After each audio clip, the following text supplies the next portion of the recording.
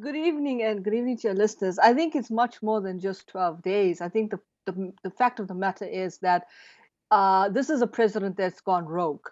Given what has happened on Wednesday afternoon to the congressional building and to the legislature of the federal government, they just can't trust him anymore. And the fact of the matter is also that he had asked, if you listen to Lindsey Graham responding to the question by the reporter about Amendment 20, the 25th Amendment, but also in terms, I mean, I think that was the leader of the Senate.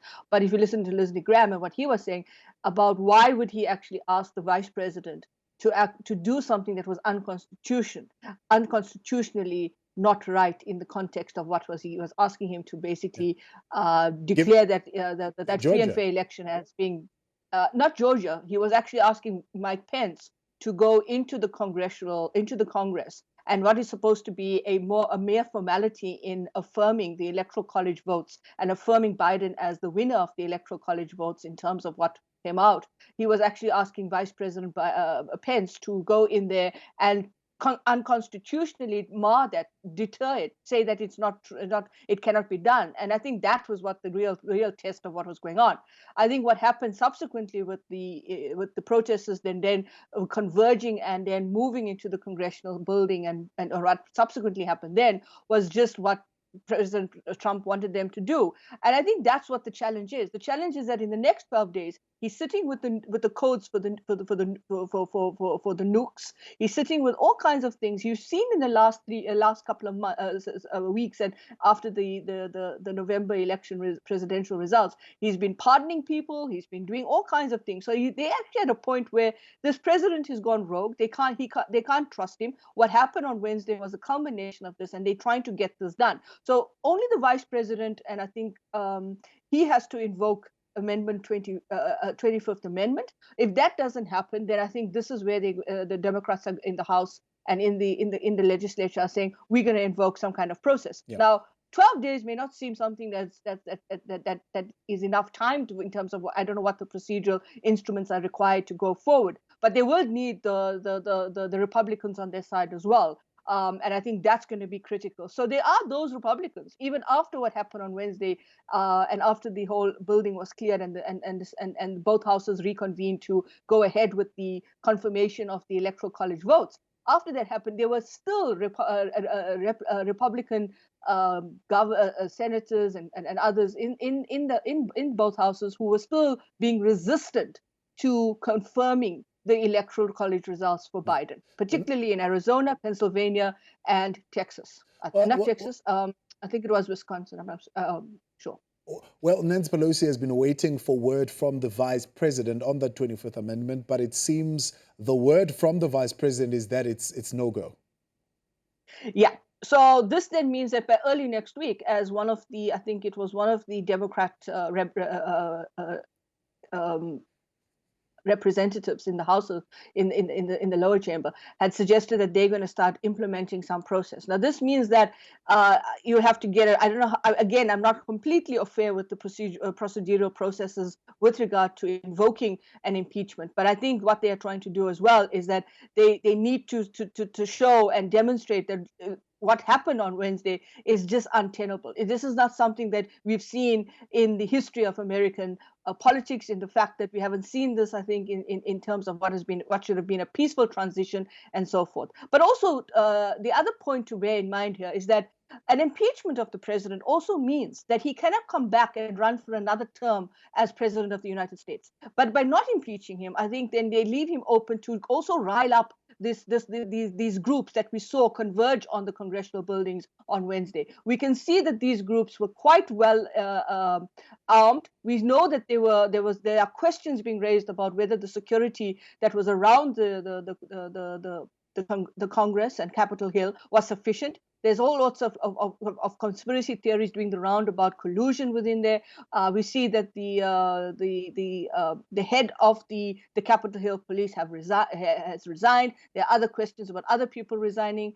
But again, this is something that we can't ignore. I think the U.S. Nancy Pelosi, the Democrats, and particularly with the Biden administration coming in, they can't ignore the security risk that this poses, the breach of security. And what they found is also Molotov cocktails, there were pipe bombs, there were suspicious packages that were there in the run up to in the course of the day.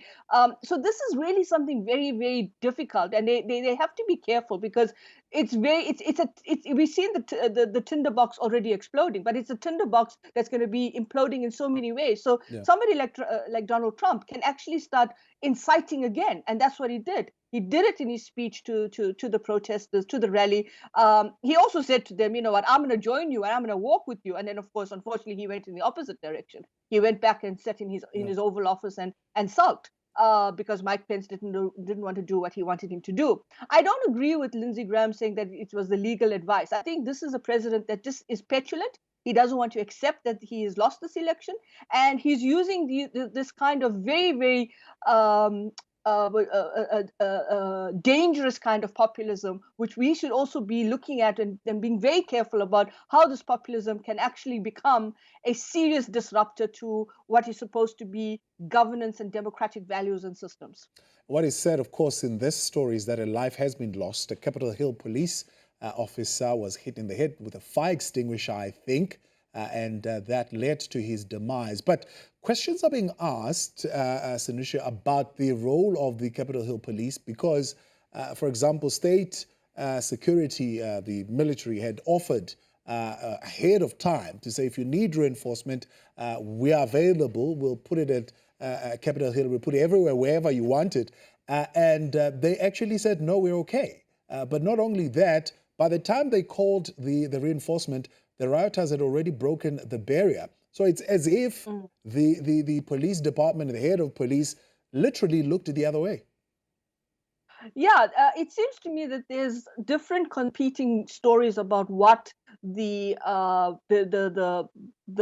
security protocol was for putting into place an inner and an outer perimeter around the building. It seems to me that there are those that are suggesting, from listening to some of the commentators coming out and the interviews being conducted in the media, that there seems to be that the National Guard and the deployment of the National Guard and the deployment of different sectors in terms of the police didn't come out, or there was some kind of miscommunication. I'm not sure if that's the right word to use, but it seems to be that there's a narrative doing the round, or an argument doing the rounds, that suggests that they took this lightly, and they didn't want to, not necessarily the Capitol Hill police, but rather also in terms of the information that was coming out, is that this march was not something that just descended on Washington. It was being planned for a long time. And if you know how the security and intelligence services work in the US, you would know that Homeland Security, which is under the purview of the FBI, the Federal Bureau of Investigation, they would actually have all the chatter on the wires to know that something was planned, to know that these individuals were going to descend on Congress and descend on Washington, and know that the fact that the president was also kind of inciting us even before it became his address to the rally, to the rally itself. So I think at the end of the day, there's a whole lot of questions that need to be answered in terms of what the FBI will do as its Homeland Security investigation into this whole question of why the security was so thin on the ground on the day, and was it enough? I mean, I've seen video where there was one lone security personnel within the congressional building who was trying to ward off about 15 to 20 people that were running after him. Yeah. It was scary. It looked harrowing. Yeah. But I think what's really sad is that there's 5 people now that have lost their lives in this whole issue, in this whole kind of people are saying, do we term it a riot? Is it a terrorist attack? How do we define it? There's all kinds of, I mean, the Americans are shell shocked because they didn't anticipate this to happen within their own borders, and happen not from an external force, but rather an internal force of individuals and groups who are basically just undermining the entire national security of the state. So I think this is something that needs to be investigated. And what's important here, I think, is to understand why is it that in the summer last year, in the US summer last year, in June, July, when Black Lives Matter protests went out and decided to also march towards the congressional building, that you saw the National Guard being deployed. Why is it then that happened, and why didn't it happen now? And there's a lot of issues. The underlying current in the US right now is that this is really quite racialized in terms of white supremacy is given a kind of blank card, and the others are basically kind of not given that blank card, but you deploy the law and order and the force of the law and order in a Right. very, very destructive way. Right, Sanusha, let's leave it there. Appreciate your time. Thank you very much for your analysis tonight.